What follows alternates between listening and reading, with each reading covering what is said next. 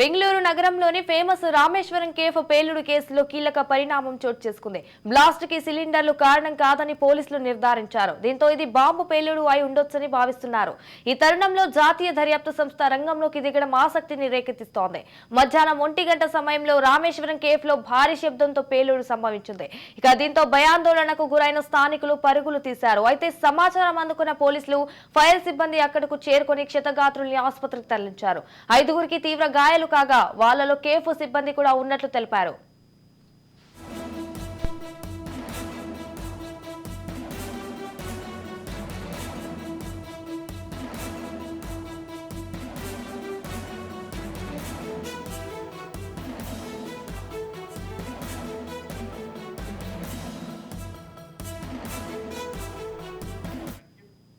అయితే సిలిండర్ పేలిందన్న సమాచారంతో మేము ఇక్కడికి చేరుకున్నాం. గాయపడిన 4గురిని ఆసుపత్రికి తరలించాం. భారీ శబ్దంతో పేలుడు సంభవించేసరికి భయంతో పరుగులు తీసినట్లు స్థానికులు చెప్తున్నారు.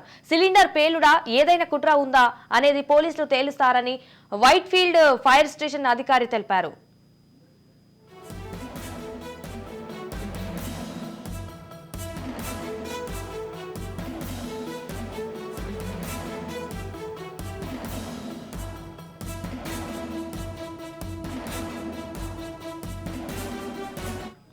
ఇదిలా ఉంటే రంగంలోకి దిగిన బాంబు స్క్వాడ్ కీలక ఆధారాలను సేకరించింది. కేఫ్ లో సిలిండర్లు డ్యామేజ్ కాలేదని గుర్తించింది.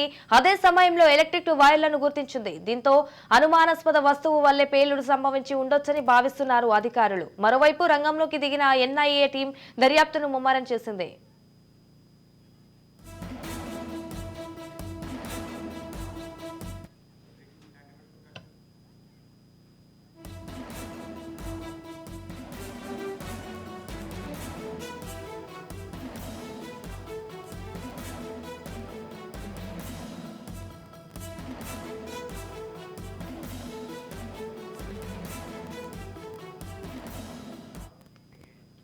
రైట్, ఇక దీనిపై మరింత సమాచారం మా ప్రతినిధి మానస్ ఫోన్ ఇన్ లో అందిస్తారు. మానస్, చెప్పండి. బెంగళూరు నగరంలోని ఫేమస్ రామేశ్వరం కేఫ్ పేలుడు కేసులో కీలక పరిణామం చోటు చేసుకుంది. అయితే బ్లాస్ట్ కి సిలిండర్లు కారణం కాదని పోలీసులు నిర్ధారించారు. మరి దీనికి సంబంధించిన అప్డేట్స్ ఏంటి?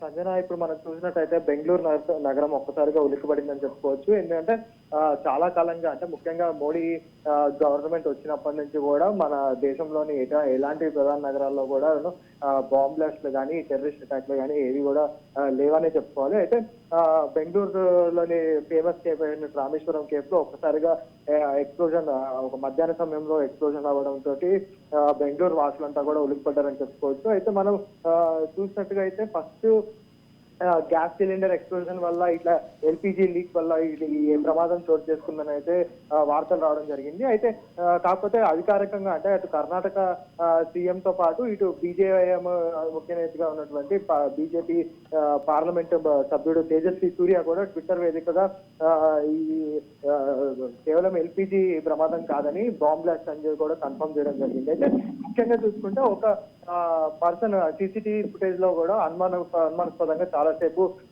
కేఫ్ లో సందర్శించినట్టుగా కూడా వార్తలు వస్తున్నాయి. అదేవిధంగా ఒక ఉమెన్ బ్యాగ్ లో ఇది బాంబుని అరేంజ్ చేసి దాన్ని యాక్టివేట్ చేసినట్టుగా కూడా మనకి సమాచారం అయితే లభిస్తుంది. అయితే ముఖ్యంగా చూసుకున్నట్టయితే రామేశ్వరం కేఫ్ కి ఈ అటాక్ జరగడం వెనకాల, అంటే రామేశ్వరం కేఫ్ ఒక ప్రసిద్ధిని, పేరుని కూడా కాస్త డ్యామేజ్ చేయాలనే ఒక కుట్ర కూడా ఇందులో కనబడుతుందని చెప్పుకోవచ్చు. ఎందుకంటే ముఖ్యంగా చూసుకుంటే గుజరాత్ వేదికగా అంబానీ తనయుడి పెళ్లి ఏదైతే జరుగుతుందో దానికి one of the catering food supply chain కూడా రామేశ్వరం కేఫ్ ఉంది. సో ఈ సందర్భంలో ఈ రామేశ్వరం కేఫ్ పేరుని డ్యామేజ్ చేయాలనే ఒక కుట్రకోణం కూడా ఇందులో దాగుందన్న అనుమానాలు కూడా వ్యక్తమవుతున్నాయి.